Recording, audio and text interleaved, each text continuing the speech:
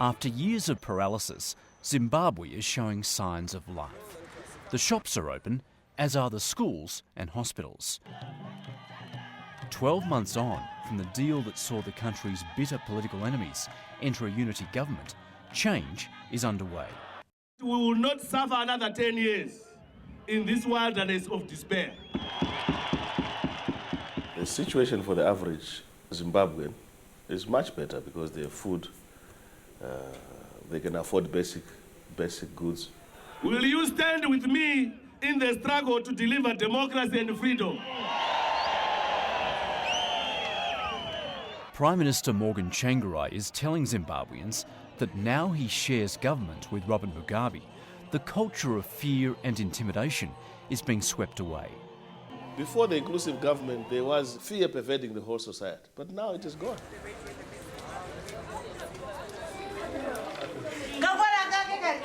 The promise of greater freedom and a recovering economy has prompted many of the 3 million or more Zimbabweans living in exile to contemplate returning home.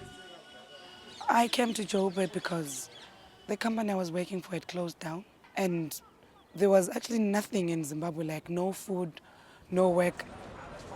Catherine Ngwaru left her 1-year-old daughter behind in Zimbabwe in search of work in South Africa. She really doesn't know her mother because all in all, I've been here for 4 years. It's been hard for me, really hard. I really missed home, but I thought maybe one day things are gonna change, but they never really did. Word that life is improving in Zimbabwe has encouraged her to return. I'm just hoping I'll get a job. I'll try my best. As Catherine Ngwaru begins her trip home, I begin a parallel journey into Zimbabwe. In the past, I had to enter the country undercover. Most foreign journalists were banned. But with a new unity government in place, Robert Mugabe has reluctantly opened the door to Western media. When they were reporting about us before, they were talking a lot of rubbish, lies. And naturally that offended us. Didymus Mutsasa is one of President Mugabe's closest confidants. He agreed to talk to the ABC because, as he puts it, he wants Australians to know the truth. Can I ask you, what do you believe has been the cause of Zimbabwe's economic collapse? Well, one chief cause has been the sanctions that were imposed against us by your country, Australia. Most of the white Commonwealth countries. It's not true.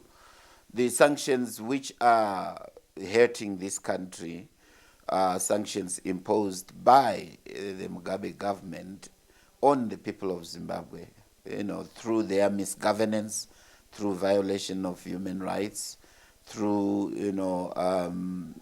perpetration of violence.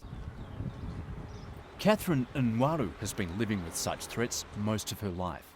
However, she's most fearful of not being able to find a job and look after her daughter.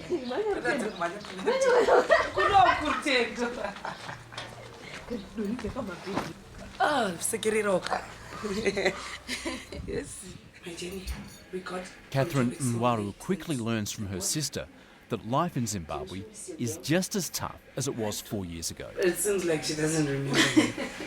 It's been a long time. I'm happy to see my family, but I don't think there's much hope for me. Because when I talked to my sister and told her I'm going to look for a job here, she was like, what kind of a job? Are you mad? Oh, we can't even talk about job creation. You can't create jobs in 6 months, where you had almost collapsed the economy. Prime Minister Tsvangirai is desperately lobbying the international community for financial support. We can't force them to give us assistance. We need the assistance, but we can't force them to give us assistance. The people of Australia are the people who are making us flop. They are the people who are causing all these ills that they refer to be happening in Zimbabwe, and that annoys us. Many Western nations have made it clear sanctions will stay and investment will be withheld for as long as Robert Mugabe remains leader. Is it fair to say the only real stumbling block is Robert Mugabe, as far as they're concerned? We are personalizing the issue. The real stumbling block to progress is when we say we have agreed to implement something and the other side of the bargain does not follow through. So don't place it on the individual. Do you confront him and say, this must stop? Oh yes, oh yes, oh yes. And what is his response? Well, I'll look into it. I'll look into this, I'll look into that. And to me, it's not satisfactory.